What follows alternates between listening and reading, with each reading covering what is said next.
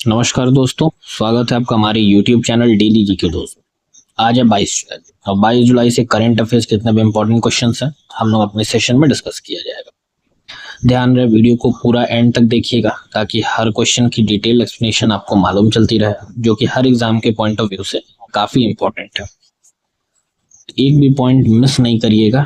आज के क्वेश्चन वैसे भी अच्छे अच्छे हैं, मतलब इम्पोर्टेंट है, सुंदर नहीं है, इम्पोर्टेंट है। और दूसरी सूचना कि जितने भी लोग चैनल पे नए आते हैं, नए व्यूवर्स हैं, चैनल को सब्सक्राइब जरूर करें, और जो पुराने सब्सक्राइबर्स हैं वो लोग चैनल को शेयर जरूर करें। तो शुरू करते हैं बिना पंचायत के अपने सेशन को क्वेश्चन ऑफ द डे से। क्वेश्चन है, BMRCL यानी कि Bangalore metro rail corporation limited के नए प्रबंध निदेशक के रूप किसे नियुक्त किया गया है? ऑप्शंस थे आपके महेश्वर राव, मंजुनाथ प्रसाद, डॉक्टर जे रविशंकर या रजनीश गोयल। तो BMRCL के नए प्रबंध निदेशक के रूप में डॉक्टर जे रविशंकर जी को नियुक्त किया गया, यानी कि ऑप्शन नंबर सी करेक्ट है इस क्वेश्चन का। बढ़ते हैं आज के पहले सवाल पे। पहला क्वेश्चन है, महाराष्ट्र सरकार ने नो ऑफिस डे नीति और डिजिटल सेवाओं के लिए किस डिजिटल सॉल्यूशन फर्म के साथ MOU साइन किया है? MOU मतलब memorandum of understanding. Which digital solutions firm signed an MOU with the Maharashtra government for the No Office Day policy and digital governance? Options हैं आपके इन्फोसिस, समग्र, TCS या विप्रो। तो महाराष्ट्र सरकार ने अभी हाल ही में नो ऑफिस डे नीति के तहत डिजिटल सेवाओं के लिए समग्र डिजिटल सॉल्यूशन फर्म के साथ MOU साइन किया है। तो ऑप्शन नंबर बी करेक्ट है इस क्वेश्चन का। मुख्यमंत्री देवेंद्र फडणवीस ने कहा कि अब डिजिटल गवर्नेंस कोई विकल्प नहीं बल्कि एक आवश्यकता हो गई है। महाराष्ट्र सरकार ने डिजिटल सेवाओं के लिए समग्र फर्म के साथ समझौता किया ताकि सभी सरकारी सेवाएं व्हाट्सएप जैसे प्लेटफॉर्म पर उपलब्ध कराई जा सके। इस पहल के तहत नो ऑफिस डे नीति लागू होगी, जिससे लोगों को दफ्तर जाने की जरूरत नहीं होगी और सरकारी प्रक्रियाएं पूरी तरह ऑनलाइन हो जाएंगी। अगला सवाल है, वित्तीय वर्ष 2025-26 में SC/ST रोजगार चाहने वालों के लिए कल्याण योजना के तहत श्रम मंत्रालय ने कितना बजट आवंटित किया है? अब यहाँ पे ये जो क्वेश्चन है वो तो बाद की बात है। पहला क्वेश्चन क्या है कि कल्याण योजना को किस मंत्रालय ने स्टार्ट किया है? तो याद रखिएगा, कल्याण योजना जो है इसको श्रम मंत्रालय के तहत स्टार्ट किया गया।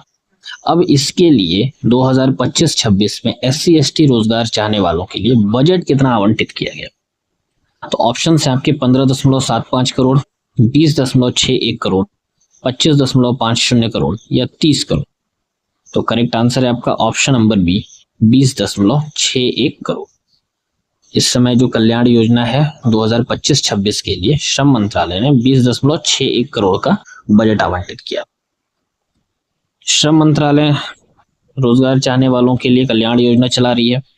योजना का उद्देश्य करियर परामर्श, कंप्यूटर प्रशिक्षण, भर्ती पूर्व प्रशिक्षण के जरिए रोजगार क्षमता को बढ़ाना है और इस योजना के लिए 20.61 करोड़ का बजटीय आवंटन किया गया है और इसकी निगरानी हेतु नियमित समीक्षा बैठकें की जा रही है। नेक्स्ट क्वेश्चन, हाल ही में निधन हुए VS अच्युतानंदन किस राज्य के पूर्व मुख्यमंत्री थे? करंट का टॉपिक है, ध्यान रखिएगा। VS Achuthanandan who recently passed away was the former chief minister of which state? Option है आपके तमिलनाडु, आंध्र प्रदेश, केरला या कर्नाटका।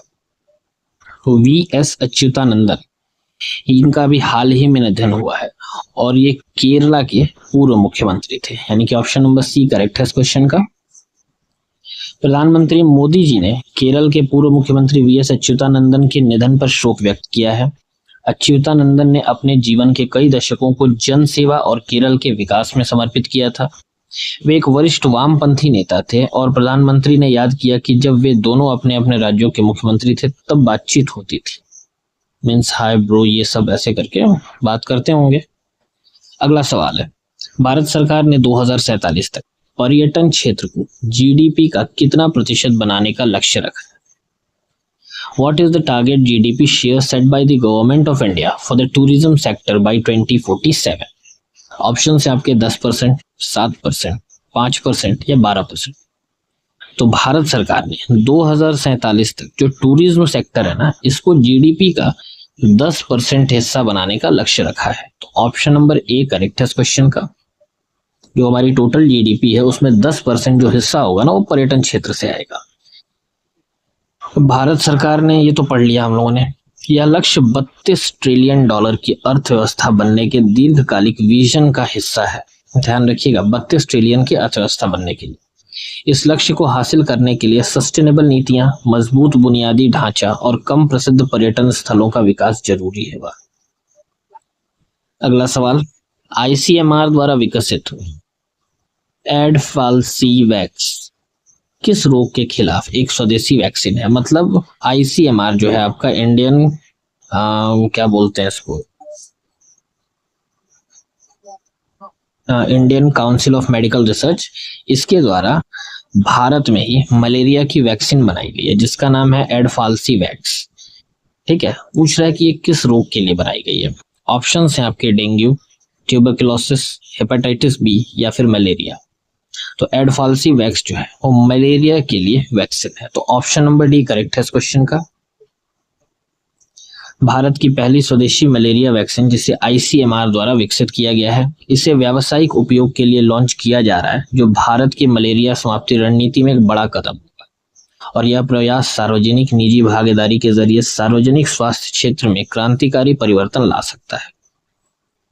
अगला सवाल, ओडिशा सरकार द्वारा छात्राओं की सुरक्षा और सशक्तिकरण के लिए शुरू की गई नई पहल का नाम क्या है? What is the name of the new initiative launched by the Odisha government to ensure the safety and empowerment of girl students? Options हैं आपके नारी सुरक्षा, शक्तिश्री, बालिका रक्षा या शक्ति मिशन।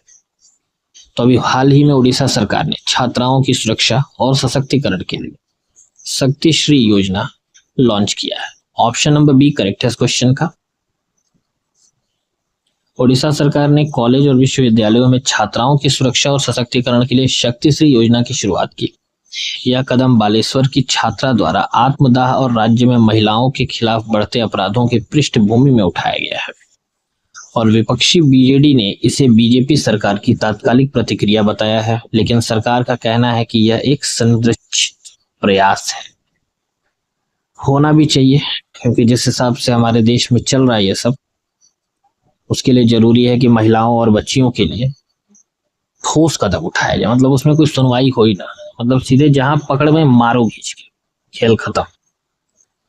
सुनवाई होगी तो फिर आगे चल के और प्रॉब्लम्स बढ़ेंगे, इसलिए सीधे खेल खत्म करिए। हाल ही में भारत सरकार ने किस उद्देश्य से वैश्विक सैटेलाइट इमेजरी कंपनियों से संपर्क किया है? भारत सरकार ने अभी जो भी आपके ग्लोबल सैटेलाइट्स है ना, जहाँ पे जो इमेजरी फर्म्स हैं, उनके साथ अभी संपर्क साधा है। लेकिन क्यों साधा है, कारण क्या है, वही सवाल में यहाँ पे ऑप्शन दिया हुआ है कि मौसम पूर्वानुमान के लिए, स्मार्ट सिटी निगरानी के लिए, कृषि के लिए या रियल टाइम सैन्य निगरानी बढ़ाने के लिए। तो भारत सरकार ने अभी रियल टाइम सैन्य निगरानी बढ़ाने के लिए, यानी कि रियल टाइम जो आपका मिलिट्री सर्विलांस है उसको बढ़ाने के लिए जो ग्लोबल सैटेलाइट इमेजरी फर्म्स है ना, उनसे संपर्क किया है। तो ऑप्शन नंबर डी करेक्ट है इस क्वेश्चन का। भारत ने वैश्विक सैटेलाइट इमेजरी कंपनियों से वार्ता शुरू की है ताकि रियल टाइम बैटलफील्ड सर्विलांस को मजबूत किया जा सके। जरूरी है, मान लीजिए कि भाई पहले का समय तो है नहीं, अब तो एआई और एडवांस सिस्टम आ गए हैं, टेक्नोलॉजी कितना आगे बढ़ गई है। तो जो बैटलफील्ड है, यानी कि जहां लड़ाई होना लग रही है, वहां पे अपने को इमेजिनरी सैटेलाइट से क्या कहते हैं कि आपको इमेजेस मिलते रहेंगे, ठीक है, वरना पता चला कि इधर हम आगे लड़ रहे हैं, पीछे आके कोनो ले बिता।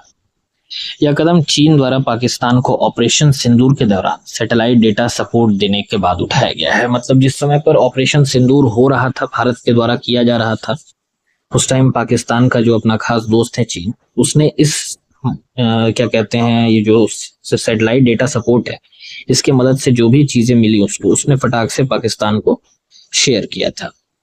तब से भारत ने भी इस पर काम शुरू कर दिया। भारत फिलहाल कार्टोसैट और रिसेट जैसी स्वदेशी उपग्रहों पर निर्भर है, जिनकी कुछ सीमाएं हैं, जैसे लो इमेजिंग फ्रीक्वेंसी। ये दो आपके स्वदेशी उपग्रह हैं, यानी कि भारत में ही बनाए गए उपग्रह हैं, और इनके लिमिटेशंस हैं। जो इमेजिंग प्रोसेस क्या कहते हैं फ्रीक्वेंसी है ना, वो लो है, काफी ब्लर्ड होता है। अगला सवाल, तीसरे ओरिएंटल कप फुटबॉल टूर्नामेंट का आयोजन किस शहर में हो रहा है? ओरिएंटल कप कौन सा एडिशन है? तीसरा एडिशन। किस खेल से संबंधित है? फुटबॉल से संबंधित। और इसका आयोजन किस शहर में हो रहा है? ऑप्शन है आपके मुंबई, दिल्ली, पुणे या चेन्नई। तो करेक्ट आंसर है आपका option number B, Delhi. Oriental cup का तीसरा संस्करण आज से दिल्ली के डॉक्टर अंबेडकर स्टेडियम में शुरू हो गया है। कुल 36 टीमें भाग ले रही हैं, 24 लड़कों की और 12 लड़कियों की। शुरुआती मैचों में कई प्रमुख स्कूल आमने सामने होंगे, जैसे Sanskriti international versus MIT international, air force school versus KV JNU आदि। नेक्स्ट क्वेश्चन है भारत, अरे भैया रुका ना, भारतीय नौसेना के लिए तैयार 8 पनडुब्बी रोधी जलपोतों की श्रृंखला का अंतिम पोत अजय किसने विकसित किया है? कहने का मतलब है, सवाल कह रहा है कि जो भारतीय नौसेना के लिए 8 पनडुब्बियों को बनाने का जो कॉन्ट्रैक्ट मिला था, उसमें से जो आखिरी जलपोत है ना, जिसका नाम अजय है, इसको किसने बनाया, किस कंपनी ने? Who developed the final ship Ajay of the 8th and anti-submarine warships for the Indian Navy? Option है आपके Mazagon Docks Limited, Hindustan Shipyard Limited, Cochin Shipyard Limited या GRSC कोलकाता। तो करेक्ट आंसर है आपका option number D, GRSC Kolkata. Kolkata स्थित Garden Reach Ship Builders and Engineers ने भारतीय नौसेना के लिए 8 पनडुब्बी रोधी जलपोत बनाए, जिनमें अंतिम पोत अजय का जलावरण 15 जुलाई 2025 को हुआ। अजय और अन्य 7 युद्धपोत विशेष रूप से भारतीय नौसेना की जरूरतों के अनुसार डिजाइन और निर्मित किए गए हैं। यह जहाज हल्के टॉर्पीडो, पनडुब्बी रोधी रॉकेट, खादान बिछाने की क्षमता और विमान के साथ समन्वय में पनडुब्बी रोधी अभियान चलाने में सक्षम है। ये इसकी विशेषताएं हैं। नेक्स्ट क्वेश्चन, जापान ओपन 2025 में पुरुष एकल का खिताब किसने जीता? इंपॉर्टेंट क्वेश्चन है। Who won the men single title at the Japan Open 25? Option है आपके Anthony Ginting, Alex Lanier, Shi Yuqi या एन से यंग। तो जापान ओपन 2025 पुरुष एकल का खिताब शी यूकी ने जीता। तो ऑप्शन नंबर सी करेक्ट है इस क्वेश्चन का। जापान ओपन बैडमिंटन 2025 टोक्यो में आयोजित हुआ है, जहां विश्व स्तरीय खिलाड़ियों ने भाग लिया। पुरुष एकल फाइनल में चीन के शी यूकी ने गत विजेता एलेक्स लेनियर, फ्रांस के हैं, उनको हराकर खिताब अपने नाम किया। और महिला एकल में दक्षिण कोरिया की एन से यंग ने खिताब जीता है, जिससे एशियाई खिलाड़ियों का दबदबा और भी स्पष्ट हो गया है। तो ध्यान रखिए, पुरुष एकल में जीता है शी यूकी ने और महिला एकल में जीता है एन से यंग ने। लास्ट क्वेश्चन है, पटना उच्च न्यायालय का नया मुख्य न्यायाधीश किसे नियुक्त किया गया है? Important, who has been appointed the new chief justice of Patna high court? Sorry, यहाँ पे हो जाएगा by the collegium, supreme collegium, supreme court का जो कॉलेजियम है ना, उनके द्वारा अपॉइंट किया गया। तो सवाल यहाँ पूरा हो नहीं पाया, इसलिए माफी चाहूंगा। ऑप्शन देखते हैं हम लोग। जस्टिस संजय मिश्रा, जस्टिस विपुल मनुभाई पंचोली, जस्टिस आशुतोष कुमार या जस्टिस संजीव खन्ना। तो अभी हाल ही में पटना उच्च न्यायालय के मुख्य न्यायाधीश जस्टिस विपुल मनुभाई पंचोली यानी कि VM पंचोली जी को बनाया गया है। तो ऑप्शन नंबर बी करेक्ट है इस क्वेश्चन का। सुप्रीम कोर्ट कॉलेजियम ने न्यायमूर्ति विपुल मनुभाई पंचोली को पटना उच्च न्यायालय का मुख्य न्यायाधीश नियुक्त किया। वे गुजरात उच्च न्यायालय में न्यायाधीश रह चुके हैं और अब न्यायमूर्ति आशुतोष कुमार के स्थान पर यह जिम्मेदारी संभालेंगे। मतलब अभी तक पटना हाई कोर्ट के जो मुख्य न्यायाधीश थे वो आशुतोष कुमार जी थे, इनके जगह पर अब VM पंचोली जी की नियुक्ति हो रही है। इनका जन्म अहमदाबाद है, छोड़ो हटाओ, बर्थडे नहीं मनाना इनका। ये 2 चीज याद रखिएगा आप।